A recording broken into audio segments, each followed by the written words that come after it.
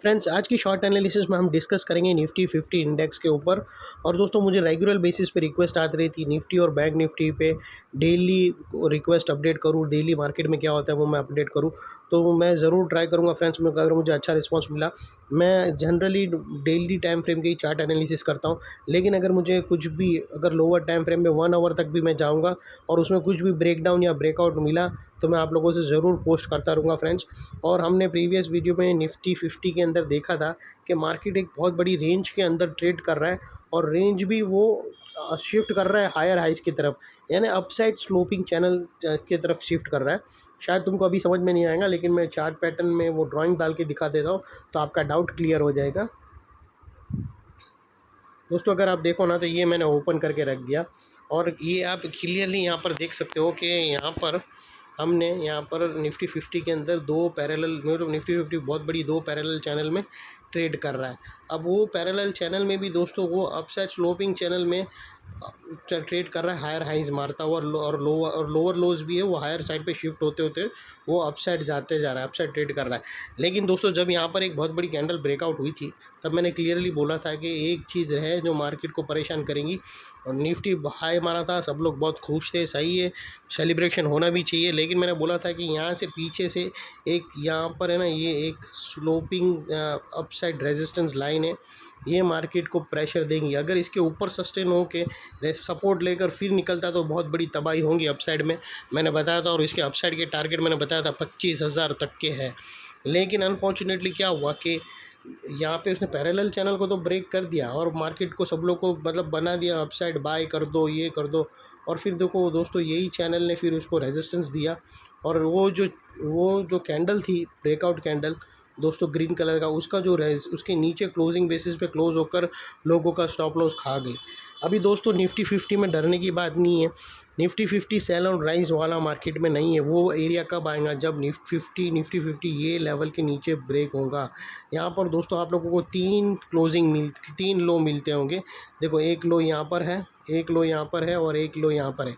ये तीनों लो के नीचे क्लोजिंग बेसिस पे क्लोज हो जाता है, वो जो तकरीबन मतलब बोले तो 21,700 के आसपास आएगा, या 650 के आसपास। अगर 21,700 के नीचे दो क्लोजिंग रेड कैंडल दे देगा तब भी निफ्टी 50 फुल्ली प्रेशर में आ जाएगा और सेल एंड राइज वाला मार्केट हो जाएगा।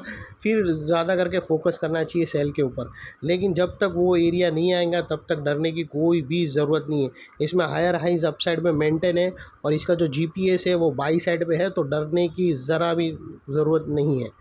अभी दोस्तों, जब हमने डेली टाइम फ्रेम में तो देख लिया कि स्टॉक के अंदर सब कुछ बराबर है, और इसके अंदर जो एक ब्रेकआउट आई थी वो फॉल्स ब्रेकआउट हो गया। यहाँ पे जो ब्रेकआउट कैंडल आई थी, दो ब्रेकआउट कैंडल दी थी, लेकिन ब्रेकआउट कैंडल के लो के नीचे क्लोजिंग बेसिस पे उसने कैंडल ने क्लोज कर दी, और वो स्वाभाविक था क्योंकि यहाँ पर एक सप्लाई लाइन थी ना, वो एक ख़राब माहौल करने वाली थी। अभी दोस्तों क्या होगा कि ये जो सप्लाई लाइन की अभी मार्केट को अपसाइड तेज़ी देनी होगी ना, तो फिर है ना, इसको कैसे भी करके ये सप्लाई लाइन को ब्रेक करके उसके ऊपर सस्टेन करना पड़ेगा, तो ही धुआंधार तेज़ी आएंगी। और दोस्तों, अगर समझो गैप अप होता है और समझो ये सप्लाई लाइन के ऊपर सस्टेन कर लेता है मार्केट, तो फिर ज़रूर अपने एडवाइज़र को पूछ के पोजीशन लेनी चाहिए और अपसाइड में राइड कर सकते हो। ये भी एक पॉसिबिलिटी है दोस्तों। और सेकेंडली दोस्तों, अभी हम जाते हैं लोअर टाइम फ्रेम में देखने के लिए क्या कुछ ऐसा ख़ास बन रहा है निफ्टी के अंदर। तो अगर आप लोअर टाइम फ्रेम में देखो ना, ये आ गया आवरली चार्ट। और आवरली चार्ट में अगर आप देखो ना तो आवरली चार्ट नेगेटिव है। No doubt higher time frame positive है, लेकिन हमें इसमें एक चीज़ क्लियर होती है कि आवरली चार्ट फ़िलहाल अभी नेगेटिव में। और वो नेगेटिव में भी इसीलिए है दोस्तों क्योंकि इसने एक लोअर लो तोड़ा है और एक बहुत बड़ी ट्रेंड लाइन ब्रेक किया है। ये एक सपोर्टिव ट्रेंड लाइन थी, इसके नीचे ब्रेक करके इसने यहाँ के लो को, उसके लो को स्टैक कर दिया है। अभी दोस्तों अपसाइड में जब भी होगा जब मार्केट ये हाइस को निकालेगा, और समझो कि मंडे को गैप अप होती है, अगर ऐसी पॉसिबिलिटी होती है तो समझ लेना कि, और गैप अप होके भी अगर समझो 2300 के ऊपर निकल जाता है तो फिर मार्केट में एक बहुत बड़ी रेंज ब्रेकआउट हो जाएंगी। मतलब समझो अभी 2250 है और सीधा 500 पॉइंट का गैप अप होकर वहाँ सस्टेन करता है, तो फिर मार्केट में एक बहुत बड़ा ब्रेकआउट आ जाएगा आवरली चार्ट के हिसाब से। और फिर यहाँ पर है ना दोस्तों, एक पैरेलल चैनल ब्रेकआउट हो जाएगी। वो चैनल का फिर जो अपसाइड टारगेट आएगा ना, वो बहुत ही ज़बरदस्त है। वो भी मैं आप लोगों से शेयर कर दूंगा दोस्तों। फिर यहाँ पे है ना दोस्तों कुछ ऐसा बनेगा कि ये पैटर्न है ना, ये पैरेलल चैनल रहेगी और वो पैरेलल चैनल यहाँ पर अप साइड में ब्रेकआउट हो सकती है। अगर सीधा मतलब ब्रेकआउट यानी सीधा गैप से ही खुलेंगी, इसको ब्रेक अवे गैप भी बोलते हैं दोस्तों। और फिर अप साइड में इसके जो टारगेट्स निकल के आते हैं ना दोस्तों, वो 24,200 के हैं।